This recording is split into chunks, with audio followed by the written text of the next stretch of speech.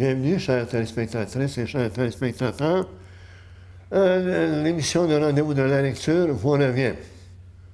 En dépit de la pandémie, il faut m'emmener se laver les mains, si on peut dire, mais également, après s'être purifié, revenir à l'action.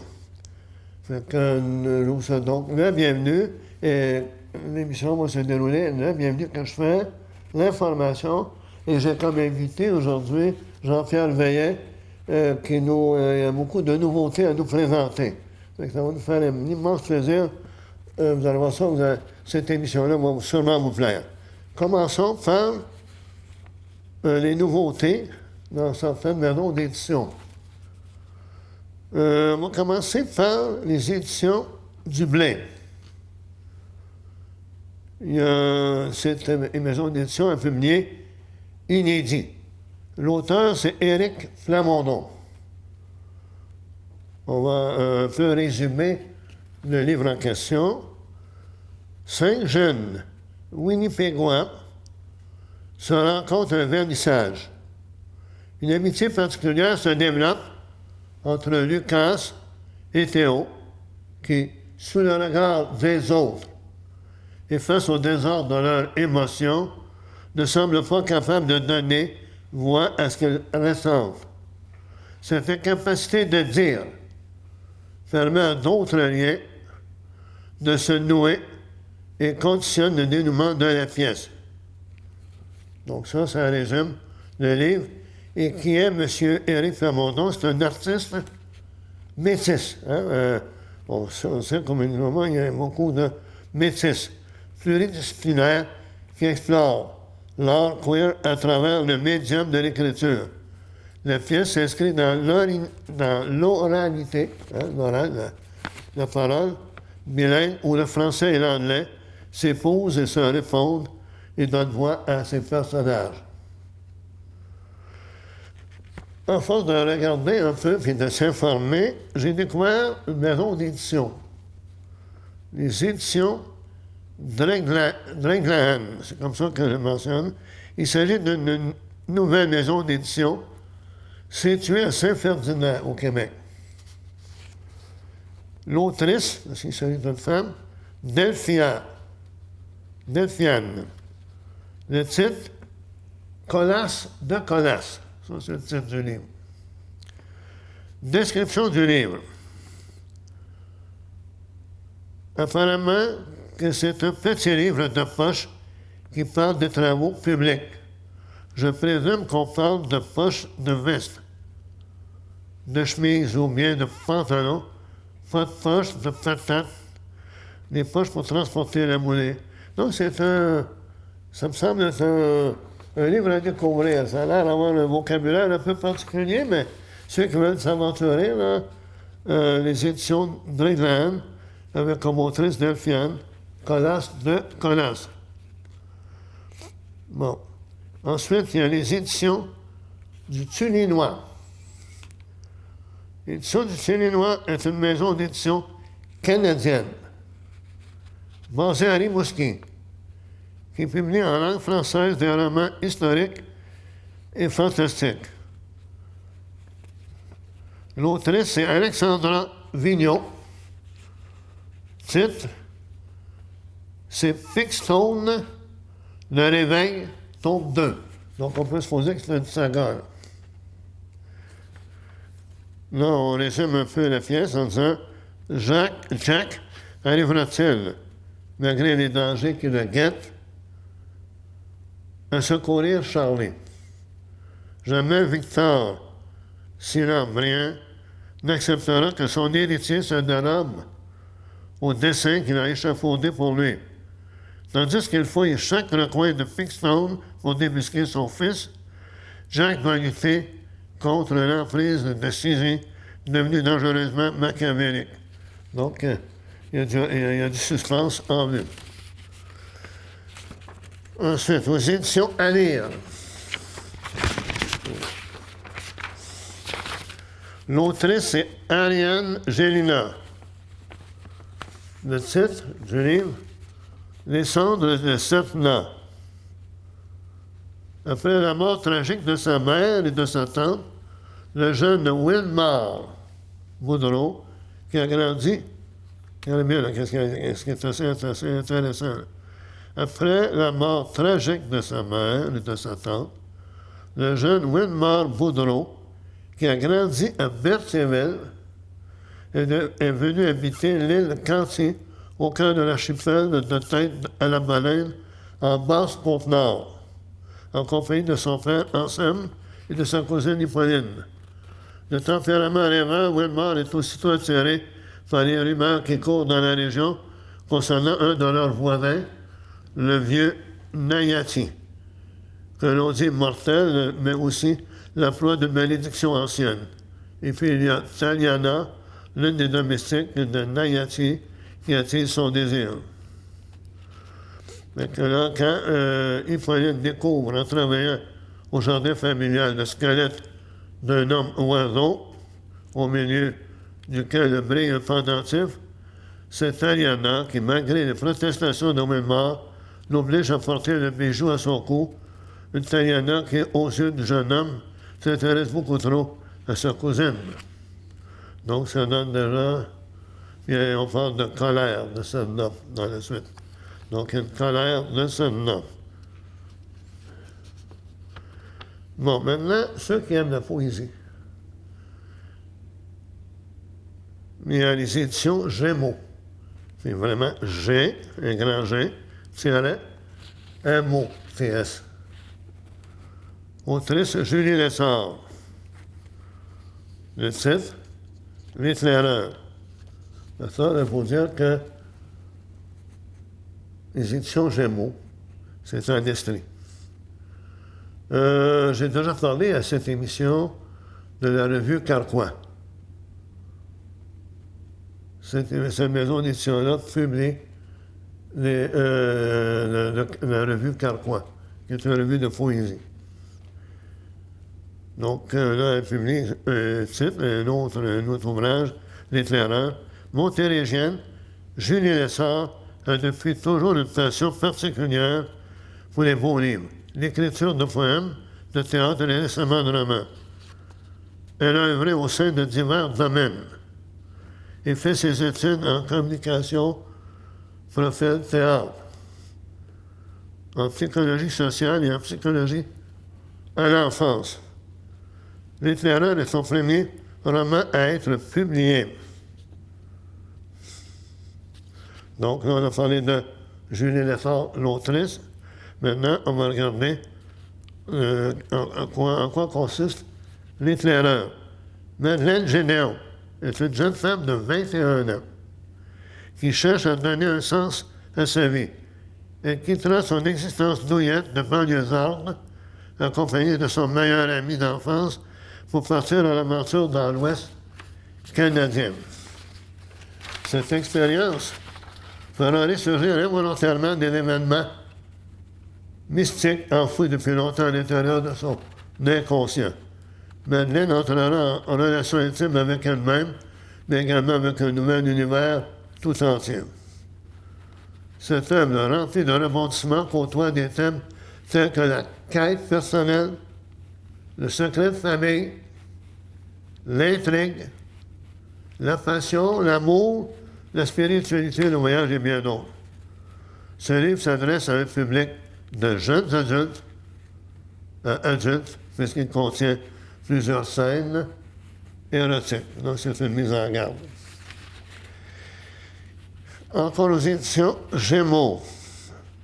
Autrice et graphiste Joël Caron Gauthier.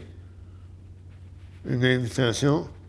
On parle uniquement ici, là, on parle de le titre d'invitation. Madame Zoé Caron Gauthier est née en 2009. On peut dire que c'est un enfant. Elle est née en 2009 à Montréal, Québec. Zoé aime dessiner et possède beaucoup d'imagination. Elle a 11 ans. Puis elle a déjà un petit livre. On peut se dire que ça doit être un petit livre d'enfant. Bon, là, je parlais Gémeaux publiait la revue Carquois. Donc là, si jamais Pour le mois d'octobre, si les événements continuent à aller bien dans la région, si on n'a pas une deuxième vague de COVID-19, eh bien, en octobre, eh bien, il y aura quand même d'autres éditions. Et je répète, si vous connaissez, si vous avez lu des livres qui vous ont plu, que vous aimeriez partager votre amour de ce livre, vous m'écrivez à louismkempton@gmail.com. Donc, je répète, louismkempton@gmail.com. Vous me dites, bon, moi, j'ai lu tel livre et je l'ai beaucoup apprécié. Mais ça pourrait nous éclairer un peu. On pourrait faire un peu collège et équipe. Bon, je vais continuer, je vais faire le plus vite possible. C'est une émission extrêmement intéressante. Bon, il y a la revue Carquois. Il y a une revue que j'aime beaucoup, que j'ai comme qui se vend très peu dispendieux. Les changements climatiques, guide de pratique, un outil pour mieux comprendre, identifier et réaliser des gestes afin de limiter le réchauffement de la planète. J'apprends, je réfléchis, j'agis, et ça se vend 195. Je vais vous présenter un exemplaire. Ça, c'est l'exemplaire du livre. Et quand on regarde ici à la table des matières, on parle d'apprendre, comprendre, réfléchir. Là, on parle de l'effet de serre et des changements climatiques, les impacts des changements climatiques. Puis ensuite, on dit agir maintenant, agir comme individu et comme famille. On remarque ici et n'importe où, agir comme individu et famille, on nous montre. Il y a des photos, excusez, il y a des photos, et surtout, il y a des quelles sont les émissions de CO2 dans le cas des autobus. Quel est l'impact financier du transport sur les ménages? Vos émissions de CO2 liées aux déplacements en transport actif et collectif. Donc, ce sont des éléments qu'on devrait prendre conscience. Ne pas toujours se fier peut-être à des médias sociaux plus ou moins certains. Ça, c'est des scientifiques qui ont écrit ça. Ensuite, vous avez non seulement le transport, mais il y a d'autres, il va vous montrer d'autres éléments ici. J'avais trouvé comme l'alimentation. Donc, le changement climatique, ça peut affecter notre façon d'agir, ça peut affecter la qualité de nos mets, la qualité de nos vies, ça peut, et même de notre santé.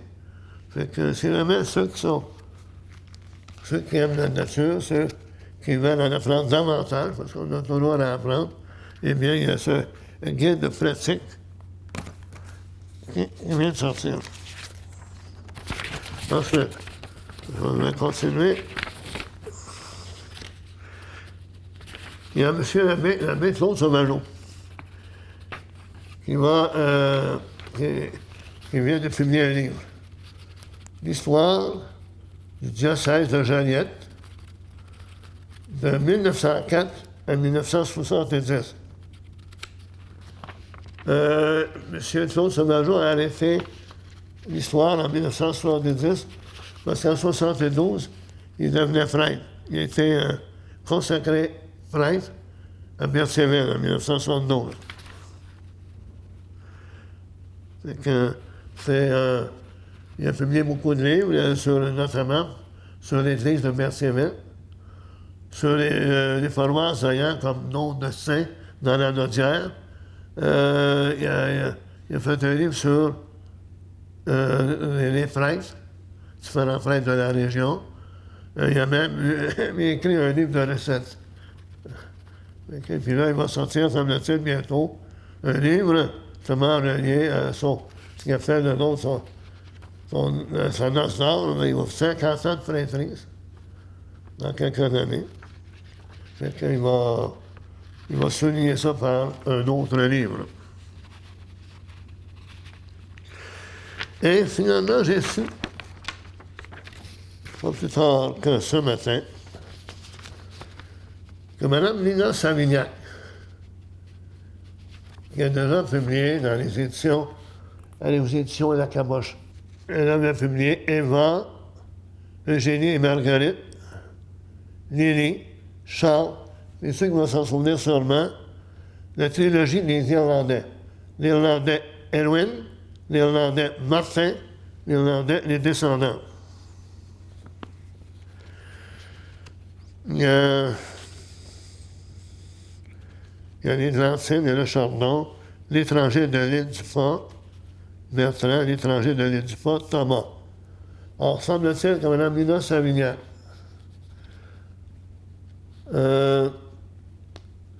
aimerait ou est en train d'écrire un livre qui se passe, l'événement se passera à Berthéville. Donc, elle écrit, semble-t-il, un livre en ce moment, une histoire qui se passerait à Berthéville. Peut-être que j'en parlerai davantage, parce que c'est une personne d'ici quand même, avant de déménager sur la Rive-Sud. Maintenant qu'on a pas mal terminé au niveau des livres, ceux qui aiment la belle musique. Il y a Symphonia de la Naudière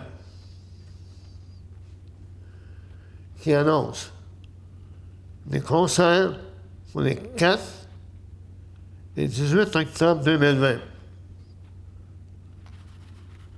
Les 1er et 22 novembre 2020. Donc, ces 4 concerts auront lieu à l'église de l'Assomption. Puis ça se déroule dans ces journées de 4 à 18 octobre, les 1er et 22 novembre. Ça débute à 15 heures. Et puis, on va rendre hommage à ceux qui aiment la musique classique. Ludwig van Beethoven. Lui est né en 1770. Donc, ça fait 250 ans. Donc, Symphonia de la Naudière va présenter 4 concerts pour rendre hommage à Ludwig van Beethoven. Et c'est peut-être une façon de découvrir, dans toute chose de sens égal, en tenant compte de la situation actuelle, ces concerts-là sont prévus. Encore une fois, je me répète, si vous avez des livres que vous aimez et que vous aimeriez partager avec d'autres, eh bien, encore une fois, Louis M. Kempson, gmail.com. Maintenant, on a hâte de rencontrer notre invité d'aujourd'hui, Jean-Pierre Veillet. À tout à l'heure. Et bienvenue, chers téléspectatrices et chers téléspectateurs. Comme dit dans l'introduction, nous avons encore une fois le plaisir de recevoir Jean-Pierre Veillet. Bienvenue, Jean-Pierre. Bonjour, ça va bien? Alors, numéro 1. Et moi, je dois te dire une chose, je suis vraiment très fier qu'à Berthéville, il y a une maison d'édition comme la tienne. OK, je suis content de savoir ça. Ça nous encourage toujours dans une période comme celle-ci, surtout. Hein. Peut-être pas évident quand même de produire, mais je me suis aperçu que associé avec d'autres auteurs, où on s'implique à créer aussi, parce qu'il y a des auteurs qui ont créé des textes, puis ils m'ont demandé de collaborer, et on est devenus associés pour des livres. Et d'autres, de d'autres régions. Il y en a même un du Nouveau-Brunswick qu'on va parler tantôt. Il y en a un l'Outaouais aussi. On sait que l'Outaouais, ça fonctionne beaucoup. Je pense à Ghislain Larocque, si je me permets de... Ghislain Larocque de l'Outaouais, il a commis ce petit livre-là, édité aux éditions Mine d'Or. C'est Un voyage si court, et ça passait dans les médias, là. Ça parle d'une petite fille qui est décédée, sa nièce, entre autres. Et puis, c'est tellement émouvant, c'est tellement bon comme histoire. Histoire véridique, fait qu'il n'y a rien inventé. Il a écrit simplement sur des émotions, et ça a donné ce petit livre-là. C'est son 3e dans la maison d'édition, Ghislain Larocque. Et on a un autre monsieur aussi de Trois-Rivières. Fait que pendant le confinement, c'est curieux, j'ai plus produit dans la maison d'édition que en 6 autres années passées. Donc, de cette année ici, on va avoir sorti 8 livres durant le confinement. Ça, c'est un des 8. C'est Jamais de lumière sans ombre. C'est un monsieur, Jacques Carignan, de Trois-Rivières. On s'est rencontrés l'année passée sur le bord de l'eau. J'étais déguisé en clown. Puis ce monsieur-là faisait une dizaine d'années qu'il n'avait pas édité. Il avait écrit ce livre-là, il l'avait préparé, mais il ne voulait pas se faire éditer. Suite à des expériences malheureuses, que je veux dire, avec d'autres éditeurs. Et puis, quand il m'a rencontré, ben il dit Tu fais quoi? Fait que, il dit T'es déguisé en clown, ta. Puis en jasant avec lui, je lui disais que j'étais éditeur. Fait que le lendemain, il m'a dit il est venu me rencontrer une deuxième fois, puis il a dit Écoute, je vais t'emporter mon premier livre, puis il dit Je tiendrai à être édité chez vous. Fait qu'on s'est rencontrés la semaine d'après. Fait que son livre est rendu une réalité. Jamais de lumière sans ombre de Jacques Carignan. Fait que c'est une petite collection, si vous remarquez, ce sont des livres qui sont du même format. Fait que donc, c'est des livres spécialisés d'évolution personnelle. Il y a aussi celui-là, je pense que tu l'as rencontré d'ailleurs, elle est venue ici, Emmanuelle Bourgeot. Elle a parlé de son livre La vie fait bien les choses. Fait que c'est un autre qu'on a sorti durant le confinement. Et là, ça déboule encore parce que on a continué suite à une rencontre il y a de cela 2 ans avec un petit garçon qui était autiste. Moi, je partageais le kiosque avec son père, qui est auteur et illustrateur. On parle de Patrick Hardy du Nouveau-Brunswick, de Moncton. Et Patrick, on a loué un kiosque ensemble. On partage le kiosque durant le Salon du Livre. Et à un certain moment donné, son petit garçon est là. Et il me voit que je suis déguisé en clown. Fait que lui, il est tout ébloui parce que ça fait déjà, il y a 10 ans au moment où on se rencontre, mais depuis 5 ans, comme on a dit plus tard, il y avait un engouement, il y avait une motivation à vouloir voir des clowns, mais surtout à vouloir faire la mascotte. Et moi, j'ai des costumes d'ours, fait que pour la collection Blanc de nuit. Et alors, je lui ai proposé simplement, sans le savoir, je lui ai demandé serais-tu intéressé de faire la mascotte avec moi? Moi, je vais faire l'ours blanc, puis toi, tu pourrais faire le petit grisou, le fils de Blanc. Et tout emballé, le petit garçon m'a dit oui. Fait que j'ai demandé aux parents, j'ai dit, écoutez, venez avec moi. J'ai un costume pour lui. Et donc, il a réalisé son rêve. Fait que son père parle dans cette histoire-là de cette rencontre-là qu'il y a eu avec le clown. Parce qu'au moment où je lui parlais des personnages que je faisais, j'étais déguisé en clown, puis on parle d'une rencontre de clown qui a amélioré sa vie. Il est autiste et son père parle d'ailleurs d'une aventure. Il va sortir un autre livre dans ma maison d'édition. Ça en est un. Il va en sortir un qui va parler de sa vie, la vie de Sam, la vie de couple aussi de Patrick avec sa conjointe. Puis donc, il va sortir un autre livre dans ma maison d'édition. On est après de préparer d'ailleurs. Il est en correction présentement. Fait que pour l'instant, il a sorti celui-là. Mon ami Sam rencontre le clown. Donc, une rencontre avec son petit garçon qui s'appelle Sam. Et bon, suite à ça, je me disais, le confinement, moi, m'apporte beaucoup de choses, semble-t-il. Pas de grippe, on va se tenir loin. Mais j'ai rencontré Caroline Savard et son conjoint, Martin Enfield. Et quand on s'est rencontrés, elle me disait qu'elle avait un projet, elle me le dévoile. Je dis, écoute, ça va passer au comité de lecture. Si c'est accepté, on va éditer. Finalement, ça a passé au comité de lecture. Les notes ont été très bonnes. Et j'ai édité ce petit livre-là. J'ai fait les illustrations. Par contre, elle a fait l'histoire, j'ai fait les illustrations. Donc, à l'intérieur, on a des illustrations de moi, mais avec une belle histoire, par contre, de la vie de son conjoint, Martin Enfield. Fait que son conjoint qui est petit, qui est tout jeune, qui a à peine une dizaine d'années dans le livre, et qui parle de sa vie avec son père, sa mère, et son père est décédé subitement. Donc, il a hérité du traversier. C'est un des... Il en reste 5 au Québec, et c'est un des 3 qu'on a sur le Saint-Jean, sur le Richelieu. Le Richelieu.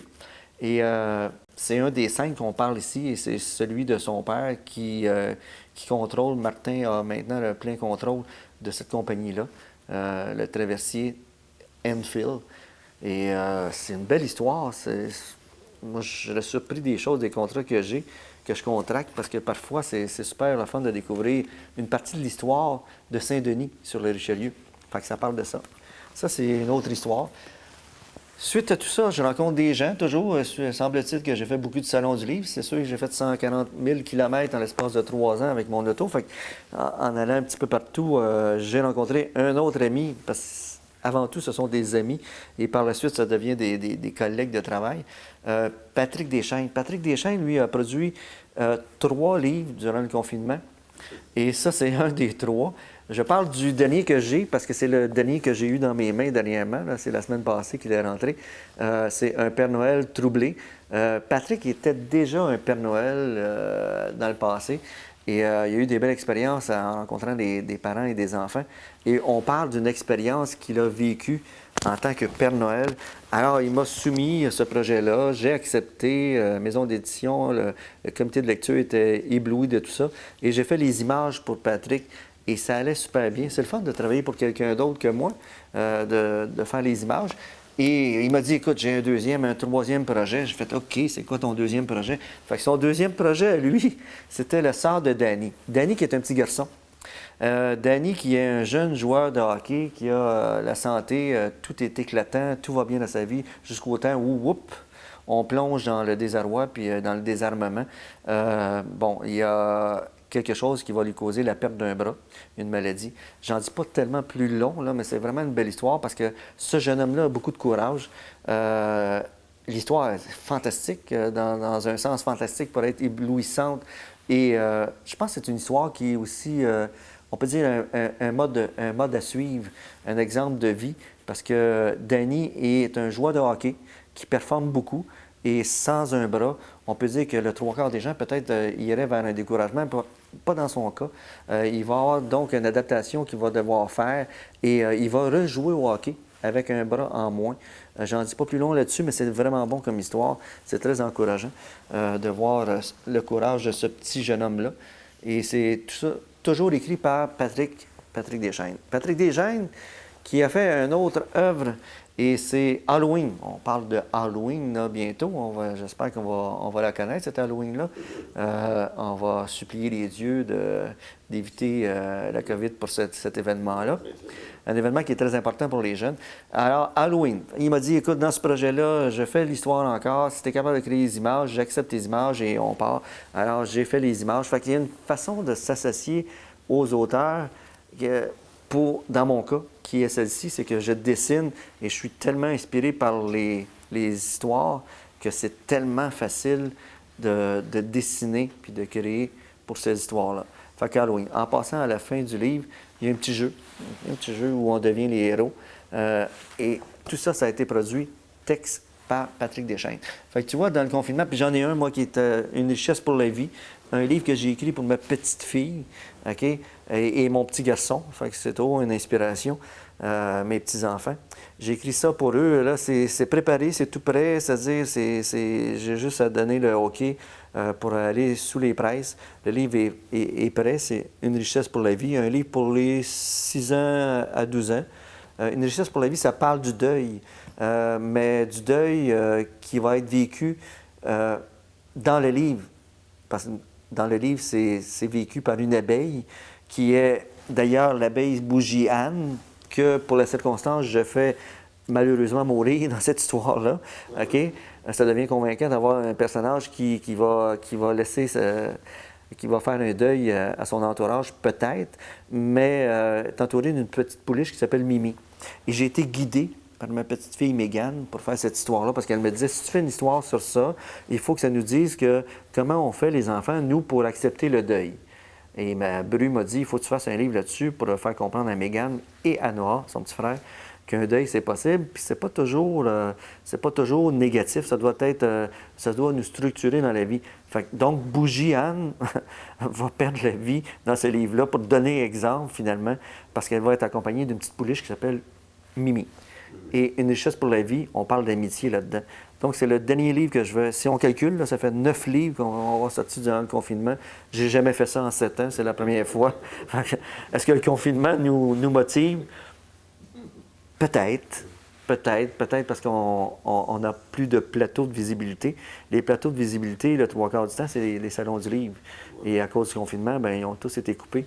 Donc, pour moi, les seules choses qui me restent, c'est les librairies, la distribution et quelques petits événements rapides, là, comme de venir ici à CTRB, de parler des livres, de parler des auteurs, parce qu'on fait de bels efforts. Qu'est-ce qui est le fun, par contre, c'est qu'il y a des livres qui rebondissent. qu'est-ce que moi j'appelle une brique, et qu'on appelle une brique, rebondit dans des temps aussi tranquilles que qu'est-ce qu'on connaît. C'est qu'en librairie, c'est dans les bons vendeurs pour adultes. J'ai une section adulte dans ma maison d'édition. Et Les Caprices du vent, OK, qui est écrit par Sylvie Gagnon, et Le Crime de mer supérieure. Ces deux livres-là ont rebondi en librairie. À un moment donné, il y avait peu de ventes depuis 3-4 mois. D'un coup, à partir du mois de février, il y a des commandes. Et il y en a un autre que je n'ai pas ici, mais j'ai au moins un des livres de l'auteur, OK? M. Bernard Joly, qui a écrit L'Obsession du temps 1, L'Obsession du temps 2, et il a écrit un livre, Ce que j'en pense. Ce que je pense, c'est-à-dire ce que je pense, c'est un livre sur ce qu'il pense des sciences, ce qu'il pense du stress, ce qu'il pense du cancer, parce que M. Joly est décédé du cancer, ça ne fait pas tellement longtemps. Et donc, lui a écrit un dernier livre et je me suis associé à lui pour ce dernier livre-là, pour l'écrire. Et finalement, il a sorti son 3e livre dans la maison d'édition. Fait que plusieurs auteurs ont 2 à 3 livres dans la maison d'édition. Il y en a qui souhaitent en faire d'autres. Puis écoutez, on est ouvert à toutes les suggestions. Il y a un comité de lecture. Il y a une belle étude qui se fait de ce côté-là.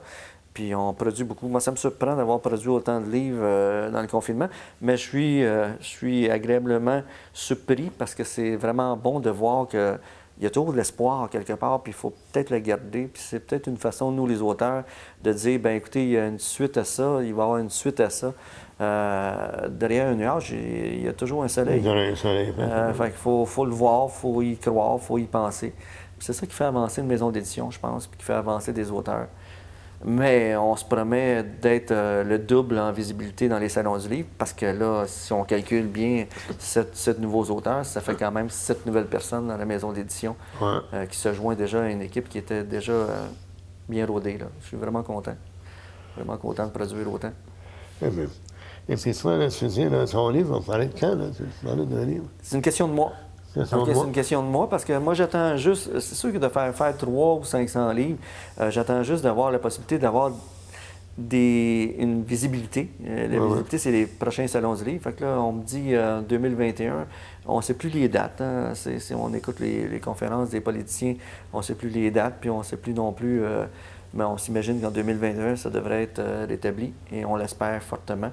Parce que qu'est-ce qu'on attend? La visibilité première, c'est les salons du livre. Les salons du livre. Oui. Mais quand même, quand on a un bon distributeur, oui, ça fonctionne quand même. Ça fonctionne toujours au ralenti. Hein. C'est 30 en librairie de ce qu'on peut faire, puis c'est 70 dans les salons du livre. Ah bon? Fait que la majeure partie, donc, c'est la visibilité est là, centrée sur ça. Donc cette année, là, comme tu disais tout à l'heure, salon du livre, hein? Il n'y en a pas eu. Il n'y en a pas eu aucun salon du livre qui a été créé, même des indépendants, il n'y a pas eu de salon du livre. Là. Oui. Et maintenant, dans ces projets-là, est-ce que, là, tu penses qu'il va y avoir ton livre, est-ce qu'il y en a d'autres également qui t'ont dit, là? Bien, comme Patrick Deschênes est après produire la suite de Halloween, la suite Halloween pas pour Laurie, puis en même temps, bien, lui aussi, il a eu le temps de faire la suite Le sort de Danny. Ouais. Je me dis, puis il y a Caroline Savard qui est après écrire quelque chose.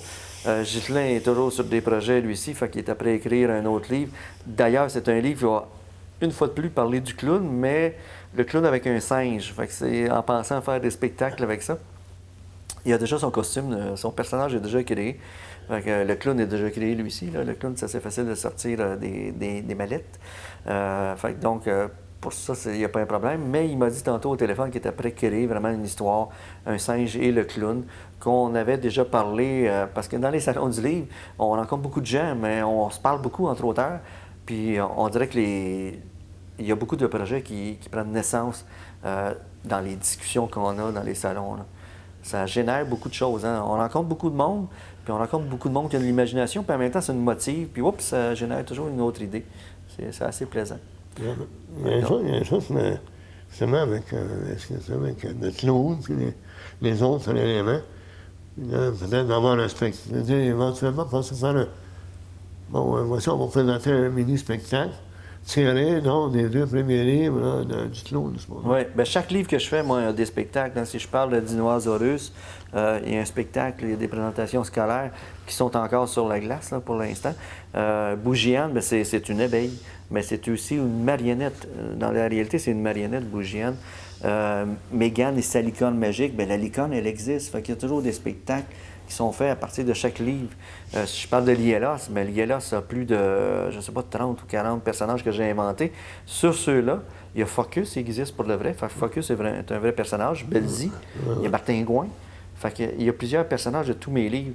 Et ça, c'est peut-être une chose que, sans le vouloir, je crée l'énergie aussi aux auteurs qui me voient, aux futurs auteurs qui me voient dans les salons du livre, de dire, ben moi, j'ai une histoire qui me porterait à avoir un personnage. Comme Laurie, je ne serais pas surpris de l'avoir dans le salon du livre. Une petite fille, des petites couettes, là, comme on la voit sur le livre. Ouais. Parce que, bon, c'est sûr, ça fait une présentation assez originale. Ouais. Quand on a le personnage qui vient présenter devant les enfants son propre livre.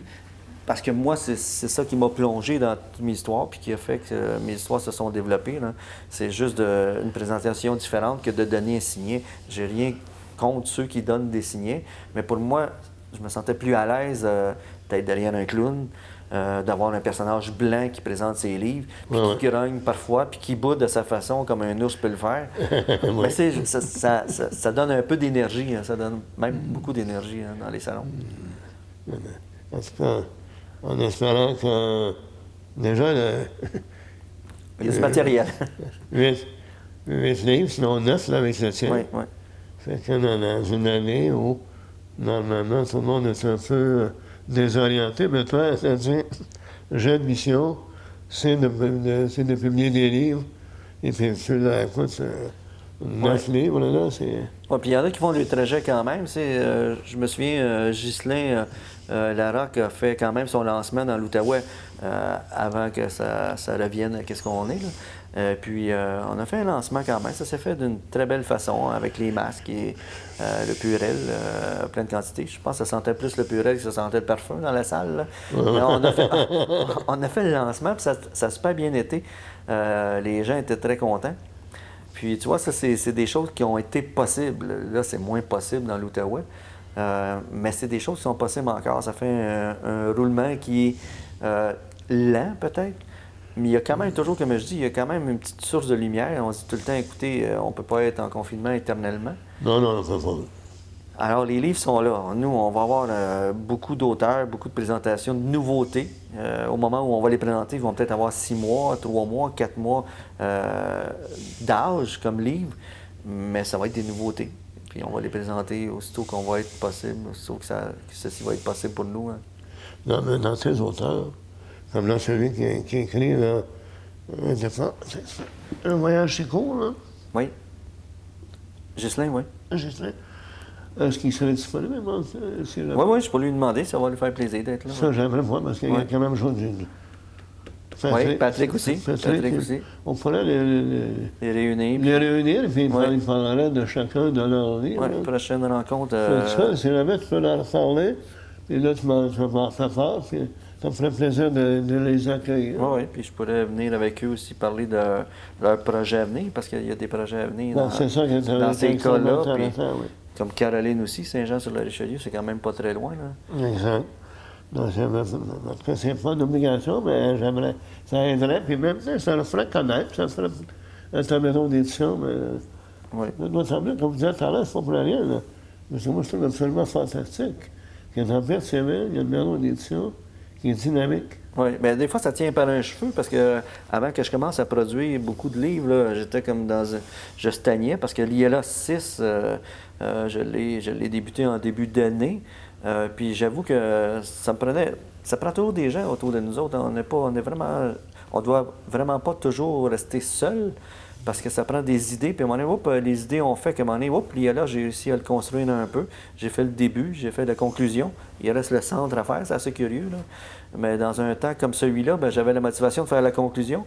Le début était fait, mais le milieu, j'ai aucune idée. Fait qu'il y a une idée qui va germer à un moment donné.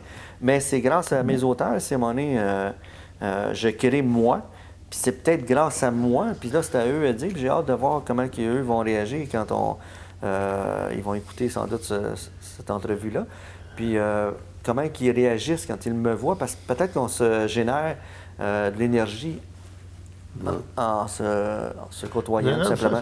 Ça peut tout arriver, c'est pas non, tu dis, Le début, je l'ai. La fin, je l'ai, mais le milieu. Ouais. Mais le milieu, ça. Est-ce que tu parlais déjà à des auteurs que tu connais, là, Oui. Dis, écoute, là, toi, tu as une idée, là? Ben, il y en a un qui veut créer le tome 7. Ah ouais? Là, c'est 6. Oui, c'est un jeune homme de Trois-Rivières, Hugo Boucher. Il veut commencer à créer. Pour lui, il a dit le 7e, si c'était possible d'avoir une collaboration. Je dis oui. Ah, en passant aussi, c'est Hugo Boucher qui a créé avec un producteur français un petit court-métrage télésérie avec l'ILOS. Ça s'appelle l'ILOS, Au-delà du cosmos. Ça, vous pouvez voir ça sur YouTube. Vous pouvez vous abonner parce que c'est le premier, là, il y a un premier jet qui a été fait, qui est là sur YouTube actuellement. Ouais. Ça parle de l'ILOS. On parle de l'ILOS avant que les livres arrivent. Dans l'histoire, là, l'histoire Ouais. se situe avant que les livres arrivent. Ah bon. C'est l'ILOS. On va même connaître Belzy, le personnage principal, le sage. On va le connaître dans cette série-là, jeune. Ouais. Fait qu'il est jeune. On sait qui l'a mis au monde, comment il va être mis au monde aussi dans cette série-là. Fait que ça, tu vois, puis Hugo m'a dit, il dit, regarde, la série, le deuxième jet est après se faire, là, ça devrait sortir d'ici un mois sur YouTube, puis il va en avoir un troisième. Puis il y a des objets dérivés qui s'en viennent aussi. Fait qu'il y a une télésérie qui est faite, un court-métrage sur YouTube de l'ILOS. Fait que sans que le livre se fasse, puis des fois je me dis, ben on va peut-être attendre l'ILOS. Je vais peut-être justement le lancer, le mettre sur le marché quelques mois après le troisième jet du court-métrage au moment où ça sera sur YouTube. D'accord. Fait que là, on est au deuxième qui s'en vient là, dans un mois. Fait que tu vois, il y a toujours des choses qui se projettent. Finalement, on vit dans le présent, oui, mais on est projeté. Il faut avoir des projets. C'est ça, on est projeté vers l'avenir par rapport aux projets que les jeunes et les gens, parce qu'il y a des jeunes qui me proposent des choses, puis il y a des gens aussi plus âgés qui me disent, ben oui, moi, j'aimerais ça écrire telle chose. Je reçois peut-être entre 15 et 20 demandes de livres par semaine. Je les gère un par un, là. Je vous avoue que des fois, c'est difficile à gérer, mais je les gère. J'ai des projets en milieu 2021 qui seront pas encore à l'étude, parce que je me dis, il faut que j'attende, parce que là, je suis rendu peut-être à gérer des productions réelles pour le début 2021. Mais il y a des... Moi, entre 15 et 25 projets par semaine. Puis ça vient de partout, hein. D'ailleurs, j'ai reçu un beau petit livre, là, écrit par Le Petit Prince, l'auteur, L'art de sa jeunesse. Enfin, j'ai reçu ça d'un Français qui a vraiment le contrôle du produit, là. Puis il m'a dit si je voulais le produire en 2021, il était apte à signer un contrat. Fait que ça serait de l'édition. Fait que ça, je pense à ça. Je lui ai dit que peut-être au mois de mars, ça serait possible, fait que d'attendre un peu. Mais c'est des projets que je mets sur l'ordinateur puis que je place, qui sont cédulés, mettons, à chaque mois, là. En tout cas, merci beaucoup d'être venu. Ça me fait plaisir, ça me fait plaisir. Comme je te dis, c'est quand même de rencontrer Patrick ou M. Deschênes. Puis les livres vont être en vente chez Family Prix, hein, parce que le trois quarts du temps, c'est Family Prix qui est vraiment comme mon, on va dire, exclusivement, là. C'est lui qui tient tous les livres. Fait que, donc, Halloween devrait être là, Le sort de Danny, un Père Noël troublé, aussi celui de Caroline, Martin le Traversier, puis Ghislain aussi. Ça, on en parler, là, ça serait intéressant. Faire un petite table ronde, puis on pourrait parler de leur livre, puis toi, tu pourrais être là aussi. Le prochain défi, c'est de les inviter, puis je vais le faire personnellement. Ça va me faire plaisir. Je suis certain que ça va leur faire plaisir aussi. D'accord. En tout cas, je tiens à te dire un gros merci. Et puis là, on va terminer par la suite. Encore une fois, merci beaucoup d'être là. Ça fait plaisir. C'est toujours un plaisir.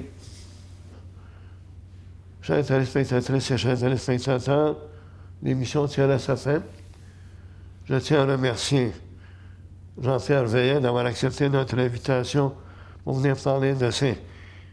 On pensait que c'était une année tranquille, mais avec éventuellement 9 livres à paraître en 2020, mais ça devient une année active. Donc, on remercie beaucoup Jean-Pierre Veillet. On remercie CTRV de permettre cette émission-là. On remercie notre technicien. Et, entre-temps, beaucoup de lectures. Puis encore une fois, je me répète, puis ça, je trouve que c'est assez important. Je veux que vous fassiez équipe Et en faisant équipe, c'est-à-dire que si vous aimez un livre, bien, vous m'en faites part, et puis j'en prendrai à l'émission. Fait que je tiens à vous remercier, chers téléspectatrices et chers téléspectateurs, et grâce à vous, mais cette émission-là peut avoir lieu. Merci beaucoup. À la prochaine.